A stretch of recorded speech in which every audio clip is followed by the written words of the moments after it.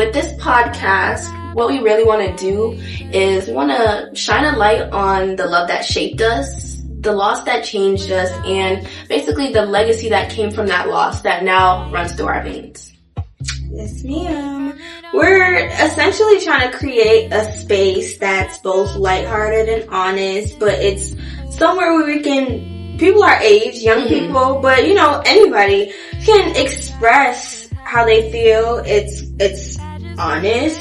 And we're taking it one moment and one memory at a time. Yeah, and I feel like our generation does have a lot of places where you can get unserious content, and you can for sure get that over here. But we also want to create a space where you can seriously dive into your grief. So whether you're not ready to talk about it yourself, we want you to be able to release that through listening to us and our healing. Relating and finding things in common, things that make you smile. We're gonna be your healing homegirls. Yes. By no means are we experts, are we gurus, are we anything like that. None of that. We're just going through the motions and we're documenting it for the world to see. Yeah, we're going through the motions and we just would like to bring out for the ride. While we're healing, we want to be able to create a space where you can heal too.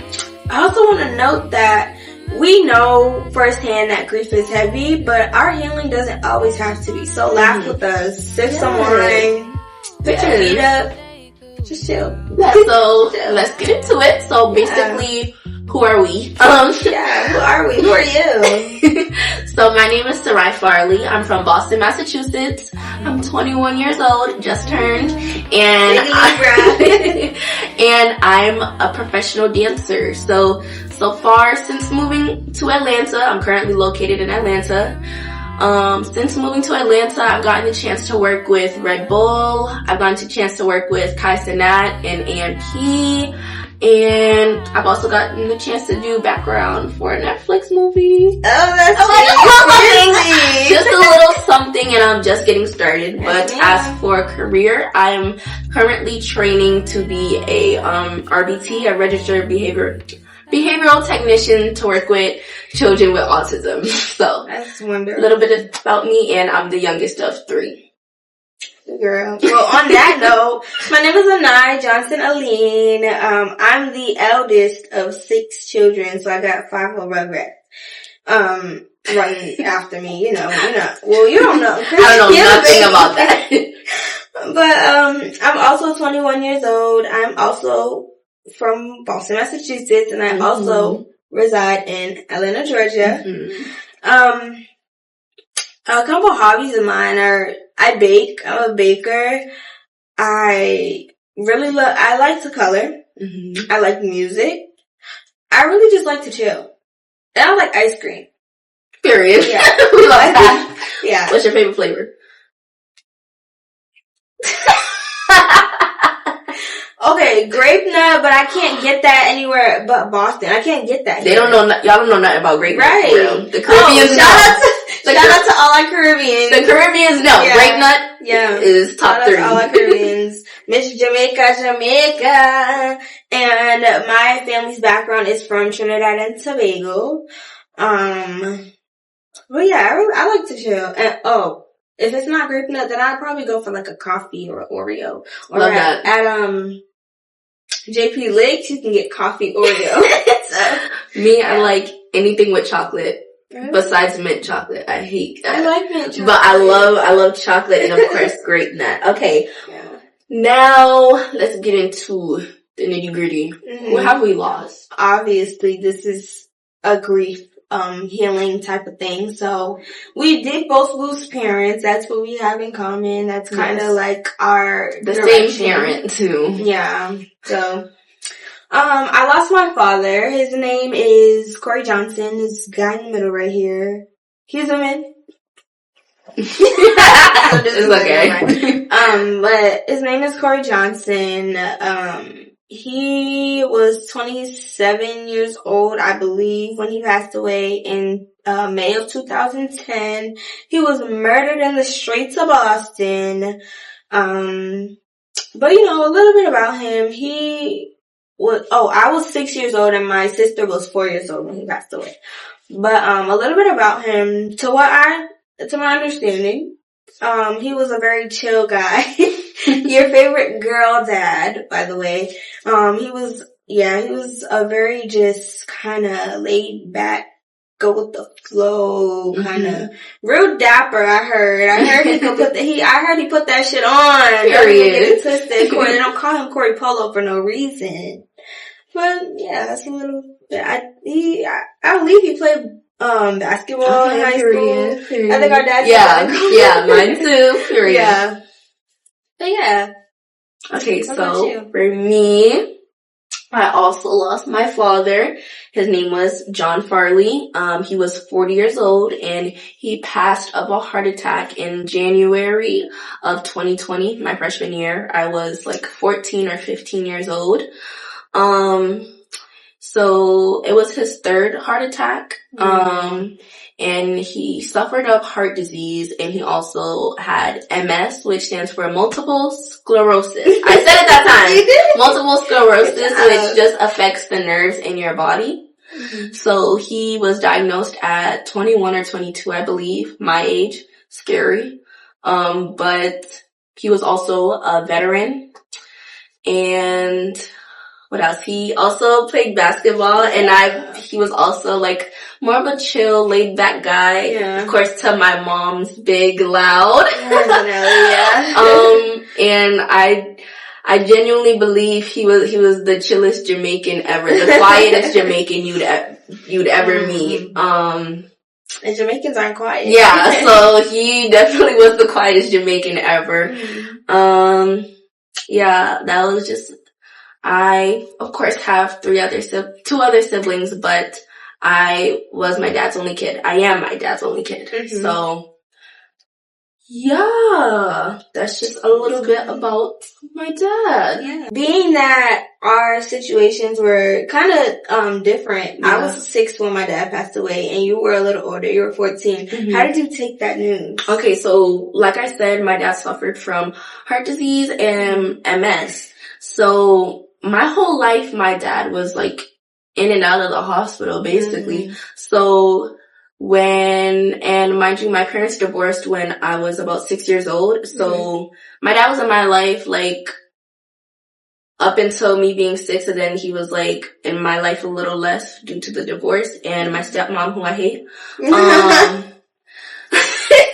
Yeah, so that caused me to not like see my dad as much. Put it on the floor. But caused me to not see my dad as much, but like we still had some sort of relationship. But like I said, that wasn't his first heart attack. Like there was once he had a heart attack and was in a coma for 3 months. So him being in the hospital wasn't like a shock to me. So when I got the call, like, hey, like my mom called me and it's like, your dad's in the hospital, like you need to go see him. I'm like, oh, like he's in the hospital. Okay. Like, okay, he's in the hospital. So do you think that you didn't really have like an urgency? Like no, like I knew it was like urgent. Like they're rushing me to the hospital, but I'm like, okay, like I'm just gonna see him in the hospital. And I get there and I walk in the room and I see my stepmom that I hate, and I see my stepbrother that I hate, and I see my dad and he's laying there, and I'm holding his hand and I'm just talking to him. And nobody told me he was gone already. No. Nobody told me. I'm just talking to him. I'm thinking he's in a coma because this is what I've seen before. I'm thinking he's in a coma. Nobody told me that he had passed already. Was your mom with you? Oh my my mom's best friend had took me. Shout out to Donna. That's awful. My mom's best friend took me, so it's like nobody, like, I feel like if they would have told me before I walked in the room, like I at least could have been prepared. But it's like I'm sitting here talking to him and nobody's telling me nothing. And then when they told me, I just broke down because I couldn't believe it, especially because we like had went so long in between me talking to him. So it was like I didn't even get to say goodbye. Like, that's awful. I didn't even get to say goodbye. And that's something. They did that to you. Yes, that's something like I think about every day. Like I think about every day. Like, what if I got there like an hour earlier? Yeah. Like, what if I knew the day before? Like, what if they told me while I was on the way? Yeah. I just think about so many things. Crazy situation. That's wicked. Like that's. They played, like... They did. They played. Like... They overly played. They played, like, what? Clock it. Cause you don't do that to someone. Like, that's, I don't know. Like I said, my mom did come later, though. I just remembered. She came, like, after the fact. Yeah, shout out to Fluffy. But yeah, that was crazy. What about you, though, since you lost your dad so young? Like, what was it like actually realizing that he's not there? So, I had to call my mom and, like, have her recount the events to me as they actually happened. How old were you? Like, when I called my mom? Mm-hmm. I called her yesterday. I called my mom yesterday. And I was like, can you refresh this to me? Because at 6, and as time goes on, I like pulled bits and pieces of it, and I didn't have the full story really, because there's certain things that I didn't remember, and things like that. So I called my mom yesterday, and I was like, before I go and talk about this, can you recount it to me? But what I did have from my own collection of memories and thoughts is that when I was 6, I do remember being there.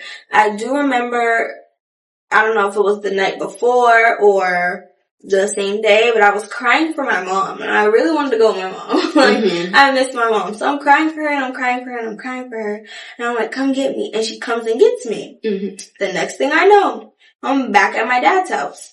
And it wasn't uncommon that my whole family was there because they gather a lot. So it wasn't uncommon that I walked in and my entire family was there. But what was uncommon to me is that I tried to go upstairs to my dad's room, and my grandmother would not let me. She would not let me go upstairs. And I don't remember if she told me that he was upstairs, but I just can't go right now, or if it was like, he's not up there right now, so don't go. But she blocked me. She literally like, you can't go. So I was just like, okay, whatever. I'm playing with my cousins and whatnot, my sisters and whatnot, and the next thing I remember is a big family meeting in the living room. My mom was sitting in a chair, kind of like where you are, and like over there was me. I'm looking at her, I'm facing her. My grandmother's here. She goes, I don't remember her words verbatim, but it was something along the lines of Corey died. And after that, I see my mom bawling. She broke down in that chair. She traumatized me. And my sister was only 4. And after I said that, she was like, yeah, it was a brown chair. Like, she traumatized my sister too. We was traumatized by that. Our mom broke down. And gosh. I never processed it immediately. I didn't really know what was going on. My older cousin takes us to McDonald's, and we have got us ice cream, and she asked me, like, how do you feel? I said, how do I feel about what? Eating my ice cream. How do you feel that your dad died? I said, he ain't died. I went back to eating my ice cream. And that was it for me. I feel like that was my reaction. Like, yeah, because you was a kid. Like, yeah. According to my mother, after that day, my sister and I never asked for him again. So I think she traumatized us for real. Yeah. I think once we seen her breaking down like that, we never wanted to bring him up again. But that also just goes to show how kids' minds are so, like, you never really know, like, what they understand, because for us to never ask about him again, that's kind of crazy. Like, you would expect for a 6-year-old to be like, I miss my dad. Yeah. Things like that. And also, she said that I didn't talk for a whole month. I didn't talk to anyone. I didn't want to talk to anyone. I was kind of like silent for an entire month. So that's how I took the news. But yeah, it's interesting, honestly. Yeah, like, it's just interesting how, like, losing that same person, our father, but like at different points in life, different levels. So, yeah, like, it was so different. Like, yeah, it really was. Okay. So next, after that was heavy. That was a lot. Okay. Where did we get this idea? Where did you get this idea? How did we start? So, living in a place like Boston, violence is at our front door all the time, every day, all day. I actually didn't realize how many people were in similar situations like us. Whether it was, whether they lost their parents through violence or not, there's a lot of people our age especially who are growing up living life without moms and without dads, and they can't do anything about it. There's no resources for us, and if there are, they're buried where we can't find it or where the people can find it and not us. So I kind of just felt like we needed a space to relate to each other, to communicate, to uplift, things and like mind that. you, she's been thinking about this for a long time and put it in motion, which a lot of people don't even put their visions into motion. So this is such a passion project for me. When I first brought the idea, to my mom, she was just immediately yes, mine too. Shout out to Internet, she was immediately yes. Cause I didn't talk about it for a long time, and it was painful to talk about for a long time. But now I got a lot to say, so why not? Yeah. But yeah. Yeah, as for me, I moved how I got into it, cause yes, this was a nice idea, but how I got into it, I moved to ATL 8 months ago, and a few months after I moved, and I moved back, mind you, she was here before me, and I moved back, and she we reconnected and stuff, and she had hit me up and said hey, I have this idea, I want to create a space for young people to be able to grieve and all of that. And I just felt it was a sign that this is something I should be doing, especially because if you know me, you know that I don't talk about my father. And it's big that you're here. Yeah, and the fact that she was hey, talk about him online. And I'm on camera for the world. And I just felt it was something I needed to do, just to get that release for myself, but just realizing that me starting this healing for myself can encourage somebody out there to do the same, and just the thought that I can help with somebody else's healing while also going through my own. I was I gotta be a part of that, and I feel we need more spaces like this. Yeah. So that's how I got into it. We're your healing homegirls. Let us. We're trying to help you heal. So, all together. Let's do it together. We're a community. We need each other because we don't have anybody else. There's no one who knows what it feels like to watch your friends have their dads come eat lunch with you, and it's just well, can't do that. Yeah, definitely. And I'm just I just felt this was something that I needed to be a part of, and I didn't realize how much me and I had in common, and I just felt this was just something, I don't know, something that we both needed. Yeah, absolutely. And it's crazy because Sarai and we grew up together. We grew up in the same orbit. We've grown up in the same orbit, the same group of friends. We've done the same events. The same cookouts. Everything. We just never really had a chance to personally connect one-on-one. And it's so amazing how specifically in the phases that we're in, they're so similar. We both left from the roofs of our mothers. We're out here on our own trying to make it happen. And the fact that we came from the same city and landed in the same city, I just felt I don't know, it's a sign. It's a sign. So now, before we close out our mission and just what we want to put out there, I know I wanted to be a part of this because as someone a part of Gen Z who is chronically online, chronically unserious, I'm always scrolling through Instagram, Facebook, TikTok, and I see podcasts all day, every day, even from people who don't need podcasts. Some people's cameras and microphones need to be snatched.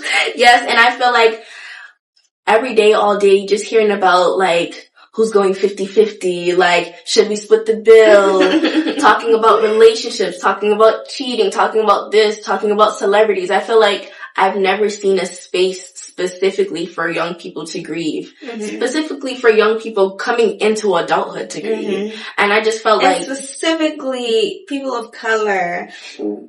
Yes, of course, the white people can, relate, but I feel they probably do have a space for this, but I haven't seen a space for us. I haven't seen a space for us. Absolutely. And I feel we wanted to fill the void and create that space So who better to do it than yeah, and I just feel like it's essential. We want to create not just, a lot of times people shy away from grieving or accepting that they're grieving because it's too hard. That's what I said. I think hard topics in general are things we kind of, especially in the Black community, things we kind of push to the side. You know, our grandparents don't talk about hard things. Nobody takes accountability at all.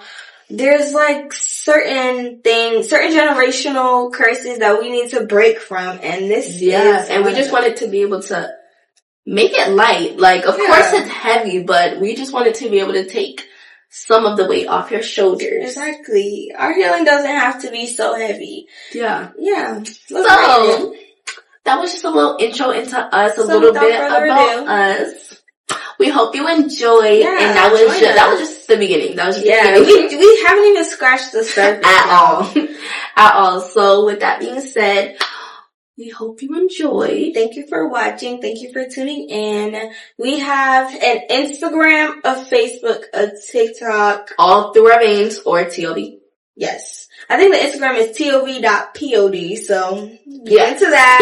You can find our episodes like this on YouTube weekly. And before, we definitely want to leave you guys with kind of like a motivational quote. So, a little message. So this one says, learning how to miss someone and still move forward. So whatever that means to you, it's okay. For me, that means it's okay to miss someone. The thing about grief is it's never going to go away because that person you lost is never going to come back. They are. But what you can do is not get stuck and just move forward with your life, and just remember to take that person that you lost with you everywhere. Because they run through our veins. You hate that. Okay.